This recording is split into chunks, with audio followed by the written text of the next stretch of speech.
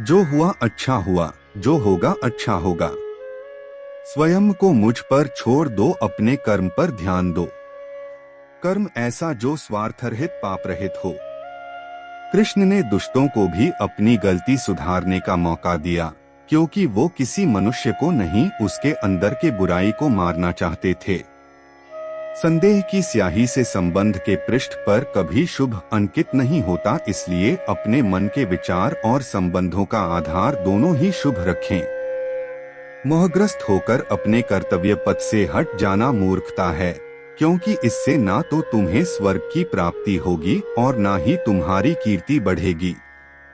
इस भौतिक संसार का यह नियम है, जो वस्तु उत्पन्न होती है, कुछ काल तक रहती है, अंत में लुप्त हो जाती है, चाहे वे शरीर हो या फल हो।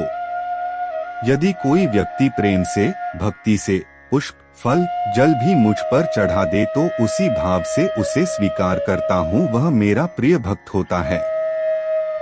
उससे मत डरो जो वास्तविक नहीं है, ना कभी था ना कभी होगा। जो वास्तविक है वो हमेशा था और उसे कभी नष्ट नहीं किया जा सकता। जीवन में आधे दुख इस कारण जन्म लेते हैं क्योंकि हमारी आशाएं बड़ी होती है। इन आशाओं का त्याग करके देखो, जीवन में सुख ही सुख है। अपने परम भक्तों, जो हमेशा मेरा स्मरण या एक चित्त मन से मेरा पूजन करते हैं, मैं व्यक्तिगत रूप से उनके कल्याण का उत्तरदायित्व लेता हूँ। जन्म लेने वाले के लिए मृत्यु उतनी ही निश्चित है जितना कि मृत होने वाले के लिए जन्म लेना। इसलिए जो अपरिहार्य है उस पर शोक मत करो। श्री कृष्ण ने कहा है, अगर तुम्हें किसी ने दुखी किया है तो बुरा मत मानना।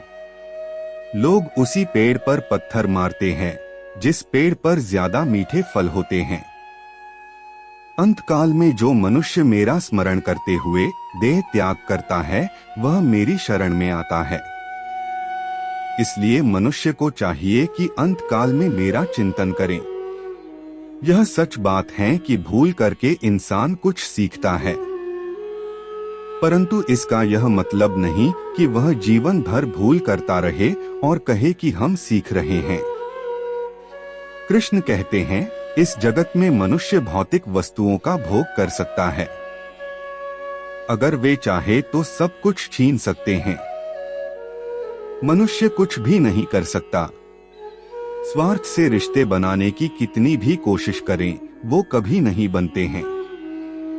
और प्रेम से बने रिश्तों को कितना भी तोड़ने की कोशिश करें, वो कभी नहीं टूटते।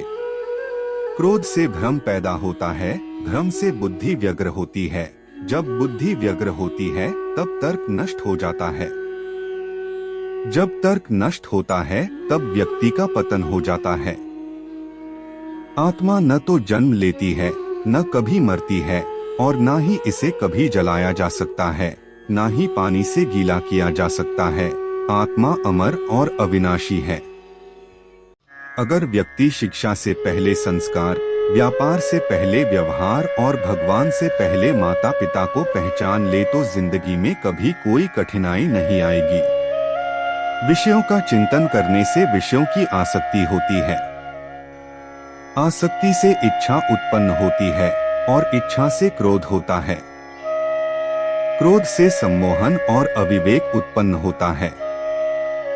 कृष्ण कहते हैं, जैसे प्राणी अपने पुराने कपड़ों उतार कर फेंक देता है, नए को धारण करता है, उसी प्रकार यह आत्मा पुराने शरीर से त्याग करके नया शरीर प्राप्त करती है। तुम उसके लिए शोक करते हो जो शोक करने के योग्य नहीं है, और फिर भी ज्ञान की बातें करते हो। बुद्धिमान व्यक्ति ना जीवित और ना ही मृत व्यक्ति के लिए शोक करते हैं। मन की गतिविधियों, होश, श्वास और भावनाओं के माध्यम से भगवान की शक्ति सदा तुम्हारे साथ है और लगातार तुम्हें बस एक साधन की तरह प्रयोग कर सभी कार्य कर रही है। हर किसी के अंदर अपनी ताकत और अपनी कमजोरी होती है। मछली जंगल में नहीं दौड़ सकती और शेर पानी में राजा नहीं बन सकता, इसलिए अहमियत सभी को देनी चाहिए।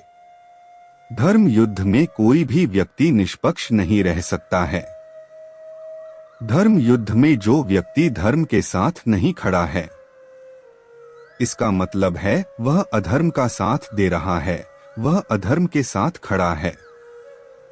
अगर कोई मनुष्य हमारे साथ बुरा कर रहा है तो उसे करने दो, यह उसका कर्म है और समय उसके कर्म का फल उसे जरूर देगा। लेकिन हमें कभी भी किसी के साथ बुरा नहीं करना चाहिए, क्योंकि यही हमारा धर्म है।